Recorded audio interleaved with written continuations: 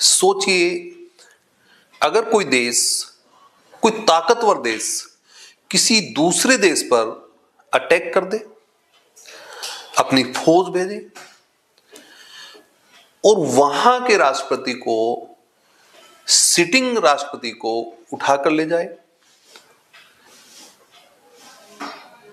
क्या है अंतर्राष्ट्रीय विधि। आज हम बात कर रहे हैं अमेरिका द्वारा वेनेजुएला पर किए गए सैन्य कार्रवाई और वहां के राष्ट्रपति एवं उसकी पत्नी को उठाकर अमेरिका लाने के संबंध में। क्या इंटरनेशनल लॉ इसकी अनुमति देता है? इंटरनेशनल लॉ के संबंध में जब हम देखते हैं कि संयुक्त राष्ट्र संघ का निर्माण किया गया और संयुक्त राष्ट्र संघ के संबंध में एक यूएन चार्टर जिस प्रिंसिपल्स पर काम करेगा संयुक्त राष्ट्र संघ, उसके लिए एक यूएन चार्टर का निर्माण किया गया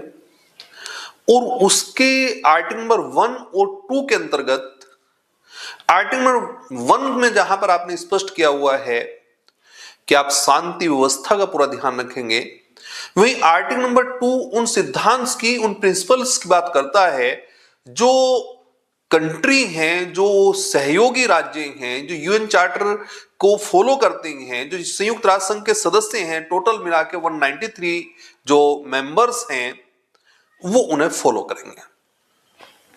वहां पर 7 सिद्धांत दिखाई पड़ते हैं, जिनमें से 5 सिद्धांत मेंबर्स पे तो सभी हैं, बाकी 2 जो प्रिंसिपल्स हैं वो बाकी जो बाह्य कंट्री हैं, जो मेंबर नहीं भी हैं, इसका मतलब जो 193 मेंबर्स से अलावा भी हैं, उन पे भी वो अप्लाई होंगे। उन्हें उन सिद्धांत को, उन प्रिंसिपल्स को फॉलो करना पड़ेगा। आज की इस वीडियो के अंतर्गत अमेरिका द्वारा जो वेनेजुएला पर हमला किया गया है और वहां के राष्ट्रपति निकोलस जो मुद्रो को पकड़कर जो है लाया गया, तो इसके संबंध में हम देखेंगे कि अंतर्राष्ट्रीय विधि का क्या वोलेशन हुआ है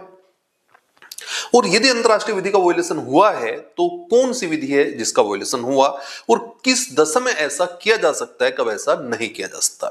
पहले 1 मिनट में पूरी छोटी एक कहानी समझ लेते हैं। बाकी आपने बहुत सारी जगह चर्चा में, न्यूज में आपने देख लिया होगा। मेरा जो परिप्रेक्ष्य है वो ये है इस वीडियो के माध्यम से कि हम अंतर्राष्ट्रीय विधि के साथ जो है वो इसे थोड़ा सा जो है कंपेयर करके, मिलान करके देखेंगे तो चीजें आसानी से समझ में आएंगी।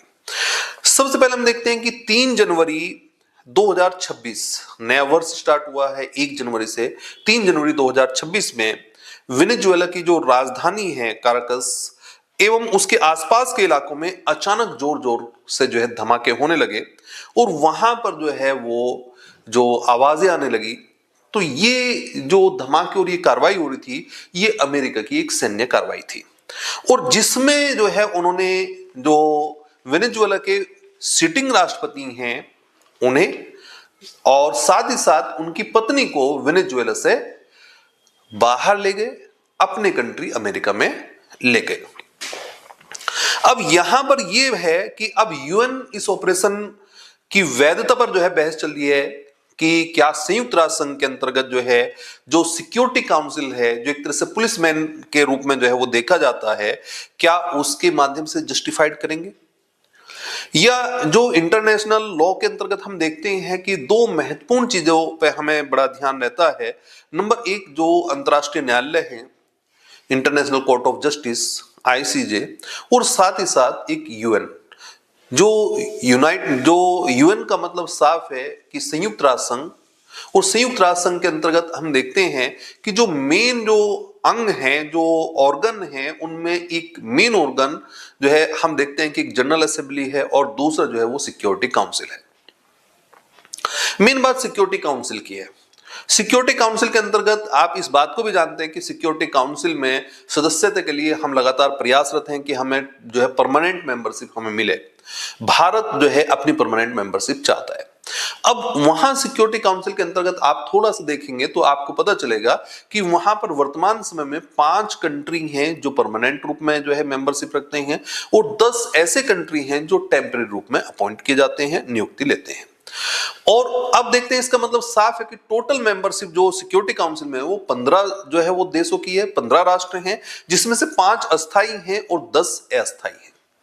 अब जैसे ही जो है वहां के राष्ट्रपति को और उनकी पत्नी को उठाया गया, तो वेनेजुएला की सरकार ने जो है तुरंत प्रभाव से जो है वो डिमांड करी, इमरजेंसी मीटिंग की सिक्योरिटी काउंसिल की, कि सिक्योरिटी काउंसिल की मीटिंग बुलाई जाए, सुरक्षा परिषद की मीटिंग बुलाई जाए और इस पर जो है चर्चा की जाए।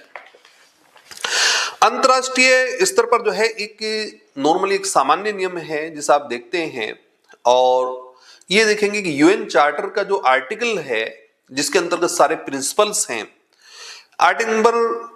1 जो है वो यूएन चार्टर का, वो तो आपको साफ करता है कि वहां पर 4 चीजें दी गई हैं जो उसके ऑब्जेक्ट्स को दिखाता है कि उद्देश्य ये हैं इस चार्टर को बनाने के। तो वो उद्देश्य असफल हो जाएंगे क्योंकि उस तरीके से ना आप शांति व्यवस्था बना पा रहे हैं, ना आप जो है यहां मैत्रीपूर्ण संबंध स्थापित कर पा रहे हैं। तो इसका मतलब साफ है कि पहला पोर्शन तो आर्टिकल 1 के साथ ही जो है वो आपका चला जाता है।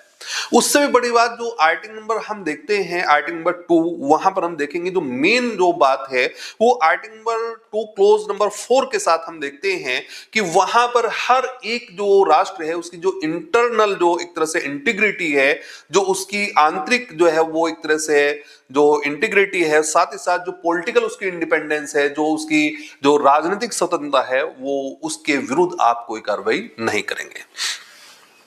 इसका मतलब साफ है कि जो अन्य किसी राष्ट्र की जो सोवरेनिटी है उसका आपको सम्मान करना है, जो राजनीतिक स्वतंत्रता है उसका सम्मान करना है। आप किसी जो है कंट्री की सोवरेनिटी को, उसके पॉलिटिकल जो है एक तरह से जो वहां पर हम देखते हैं कि इंडिपेंडेंस है, उस आप समाप्त नहीं कर सकते। ये एक सामान्य नियम है, जनरल नियम है जो आर्टिकल नंबर 2 क्लोज 4 के साथ है। अब इसके कुछ अपवाद हैं जिसमें आप कहते हैं कि नॉर्मली जो है भाई अमेरिका ने जो किया है वो यहां पर जो है वो बिल्कुल ठीक किया है या गलत किया है। अब यहां पर पोर्शन ये है कि इसके 2 एक्सेप्शन हैं। जब आप किसी एक कंट्री दूसरे कंट्री पर जो है कोई सैन्य कार्रवाई कर सकता है और उस पर अटैक कर सकता है, वहां पर जो है नंबर 1 सबसे पहली बात कि सिक्योरिटी काउंसिल जो एक तरह से जिसे आप कहते हैं सुरक्षा परिषद, जो दुनिया का पुलिसमैन कहा जाता है, उसकी आपको अनुमति चाहिए होती है। इसका मतलब साफ है कि नॉर्मली वो अनुमति ऐसे ग्रांट नहीं करते हैं। वो सारी चीजों को आपको देख के तब जो है आपको एक जो है वो सिक्योरिटी काउंसिल की अगर अनुमति है और आप जो है वो फिर किसी कंट्री पर जो है हमला करते हैं तो फिर इसे इंटरनेशनल लॉ का वोलेशन नहीं माना जाएगा। दूसरा बात है जो आर्टिकल नंबर 51 के साथ हम देखते हैं कि सेल्फ डिफेंस का पोर्शन है। हम अपने आप जो है अगर हमारे ऊपर कोई ऐसा अटैक किया जा रहा है, किसी कंट्री के ऊपर ऐसा अटैक किया जा रहा है, कोई आर्म्ड अटैक किया जा रहा है, तो फिर वो सेल्फ डिफेंस पे उस कंट्री पर जो है वो अटैक कर सकता है, वहां पर कार्रवाई कर सकता है, सैन्य कार्रवाई वहां पर की जा सकती है। ये एक बात जो है हम देख के चलते हैं। अब आर्टिकल नंबर 2 क्लोज 4 जो यूएन चार्टर का है उसके 2 एक्सेप्शन हमने देखे। अब हम लॉ को अप्लाई करते हैं। क्या अमेरिका के द्वारा जो कार्रवाई की गई है वेनेजुएला पर और वहां से वहां के जो राष्ट्रपति हैं निकोलस, उन्हें उठा के, उनकी पत्नी को उठा के आप अपने कंट्री में ले आए हैं, उस पर लॉ अप्लाई करते हैं, क्या इंटरनेशनल लॉ उसके लिए अनुमति देता है? नियम नंबर 1 जो आपने कहा कि पहला नियम ये है कि आप आर्टिकल नंबर 2 का वोलेशन आप तब कर सकते हैं जब सिक्योरिटी काउंसिल ने आपको अनुमति दी हो। तो नंबर 1 जब हम देखते हैं कि सिक्योरिटी काउंसिल के द्वारा कोई ऐसा रेजोल्यूशन पास नहीं किया गया जिसमें जो है अटैक की अनुमति दी गई हो कि अमेरिका वेनेजुएला पर अटैक करे या वेनेजुएला अमेरिका पर अटैक करे, कोई ऐसी अनुमति किसी प्रकार की नहीं दी गई, कोई ऐसा रेजोल्यूशन पास नहीं किया गया।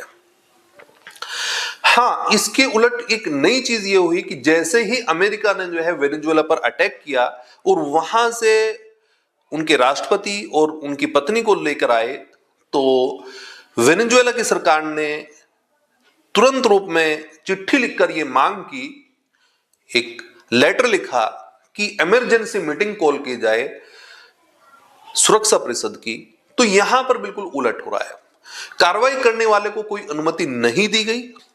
जबकि जो पीड़ित है, जो एग्रीव्ड कंट्री है, उसके द्वारा डिमांड की गई कि सिक्योरिटी काउंसिल की बैठक को बुलाया जाए, इमरजेंसी मीटिंग बुलाई जाए, जिसपे इस बात पर चर्चा हो कि किस प्रकार से सोवरेनिटी को, इंटीग्रिटी को, जो है पॉलिटिकल जो एक तरह से इंडिपेंडेंस है किसी कंट्री की, उसे वॉयलेट किया जा रहा है, उसे तोड़ा जा रहा है, इस पे बातचीत होनी चाहिए। नियम नंबर अब 2 है, आप ये कहेंगे चलो नियम नंबर 1 नहीं लागू हुआ तो नियम नंबर 2 लागू होगा। नियम नंबर 2 ये है कि सेल्फ डिफेंस में आप जो है ऐसा कर सकते थे। अब सेल्फ डिफेंस फैक्ट के आधार पर आप शो करेंगे। क्या वेनेजुएला के द्वारा कोई ऐसा आर्म्ड अटैक अमेरिका के ऊपर कर दिया गया हो, कोई ऐसा जो है कोई परमाणु वार कोई इस तरह का स्टार्ट हो गया हो, तो यहां पर हम देखते हैं कि पब्लिकली जो है वो ऐसा कोई फैक्ट नजर नहीं आता है कि वेनेजुएला के द्वारा जो है कोई अटैक किया गया हो, कोई आर्म्ड अटैक अमेरिका पर किया गया हो जिसकी वजह से सेल्फ डिफेंस का आपको अवसर मिला हो और आप सेल्फ डिफेंस में वहां पर कार्रवाई कर रहे हो। तो इसलिए यहां पर सेल्फ डिफेंस का बहाना बनाना भी एक बहुत कमजोर होगा। यहां पर अमेरिका के द्वारा जो कार्रवाई की गई है उसे सेल्फ डिफेंस में नहीं लिया जा सकता है, यह भी बात आपको देखनी पड़ेगी। अब नंबर 3 बात यह है कि कोई एक कंट्री है और उस कंट्री के जिस प्रकार से आप देखेंगे कि आप एक किसी देश में रहते हैं और एक आम आदमी है, आपके घर में जो है कोई आदमी घुस जाए और घुस के कुछ चीजें उथल पुथल कर दे और आपके मालिक को उठा के ले जाए, तो इसे क्या माना जाए? तो यहां पर हम देखते हैं कि देखिए इंटरनेशनल लॉ में हर देश का घर उसकी जो टेरिटरी है वो उसका घर है। हर देश का घर उसकी टेरिटरी है, उसका क्षेत्राधिकार है। सभी देश अपना में संप्रभु हैं, उनके नियमों को फॉलो करना है। तो यहां पर अगर कोई कंट्री जो है वो दूसरी कंट्री में जो है वो एंट्री करता है, अटैक करता है और वहां के राष्ट्रपति को, सिटिंग राष्ट्रपति को उठा के ले जाता है, तो ये उसी प्रकार से हुआ जैसे जो है नॉर्मली किसी घर में आप जो है वो हमला करें और वहां से उसके मालिक को उठा के ले जाएं। ये एक सामान्य नियम। इसका मतलब साफ है कि इंटरनेशनल लॉ का ये वोलेशन हुआ है। नॉर्मली इंटरनेशनल लॉ का सीधा सीधा वोलेशन आपको दिखाई पड़ रहा है। साथ ही साथ एक ये भी है कि भाई मान लीजिए कि कोई जो है वो अटैक कर रहा हो, कोई हमले में शामिल हो, वो सैन्य कार्रवाई कर रहा हो और वहां पर हम आक्रमण करते हैं, उसे हम पकड़ लेते हैं। ये एक सामान्य नियम होता है। अब यहां भी इस नियम में हम देखते हैं कि यहां पर जो सोवरेनिटी का एक तरह से जो आपने देखा किस प्रकार से वोलेशन हो रहा है और इंडिपेंडेंसी पे कैसे हमला हो रहा है। यहां पर आप देख रहे हैं कि कोई राष्ट्रपति हैं और वो बैठे हुए सिटिंग हैं, बैठे हुए अवस्था में, कोई जो है वो कोई ऐसा नहीं है कि वो खुद किसी जो है वो सैन्य कार्रवाई में भाग ले रहे हो कि आप उसे गिरफ्तार कर लें, कुछ पकड़ लें। तो यहां पर वहां के जो सिटिंग एक तरह से राष्ट्रपति हैं उन्हें उठा के लेके जाना, ये भी एक तरह इंटरनेशनल लॉ का वोलेशन है।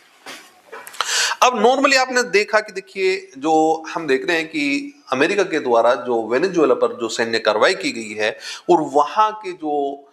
राष्ट्रपति हैं उन्हें उठा के ले जाया गया है। अगर हम पैरेलल रूप में कंपैरेटिव स्टडी करते हैं इंटरनेशनल लॉ के साथ, खास तौर पे यूएन चार्टर के साथ और खास तौर पे संयुक्त राष्ट्र संघ के साथ और खास तौर पे जो है जो सुरक्षा परिषद है उसके साथ, अभी अंतरराष्ट्रीय न्यायालय की तरफ तो हम नहीं जा रहे हैं, वो अभी बाद में देखेंगे वहां पर क्या होगा। तो इन दोनों चीजों को अगर हम मिला के देखते हैं तो ऐसा दिखाई पड़ता है कि कोई वो चीजें जिनमें एक्सेप्शनल रूप में आप अटैक कर सकते हैं, तो वहां पर ऐसा कोई एक्सेप्शन दिखाई नहीं पड़ रहा है।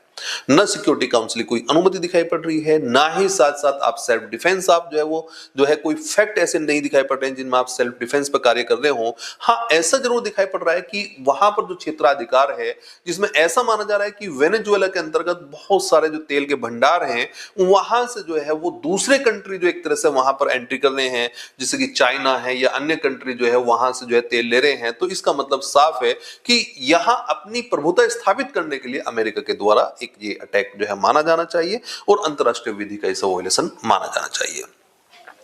अभी अंतरराष्ट्रीय विधि के जो जानकार हैं उसके माध्यम में क्या-क्या जानकारी आएंगी, क्या-क्या जो है चीजें स्पष्ट होंगी। अभी जो प्राथमिक दृष्टि से जो दिखाई पड़ रहा है, जो फैक्ट जो स्पष्ट हुए हैं उनके माध्यम से आपको क्लियर किया जा रहा है कि ये प्रॉपर तरीके से जो है इंटरनेशनल लॉ का खासतौर पर यूएन चार्टर का वोलेशन है, आर्टिकल नंबर 1 का वोलेशन है, आर्टिकल नंबर जो है वो 2 का भी वोलेशन है, आर्टिकल नंबर 51 यहां पर अप्लाई हो ही नहीं पा रहा है। तो इसका मतलब साफ है कि इसे जो है वो उल्लंघन माना जाना चाहिए। लेकिन अंतरराष्ट्रीय विधि के और बहुत सारे जानकार हैं, अभी कुछ नए अगर फैक्ट आते हैं जिससे क्लियर होगा कि भाई क्या क्या हुआ था, कोई इस तरह की चीजें थी जिससे जो है सेल्फ डिफेंस को साबित किया जा सकेगा, तो फिर इस पर अलग से जो है चर्चा करेंगे। फिलहाल आज की वीडियो के साथ यही नियम, यहीं तक। Thank you.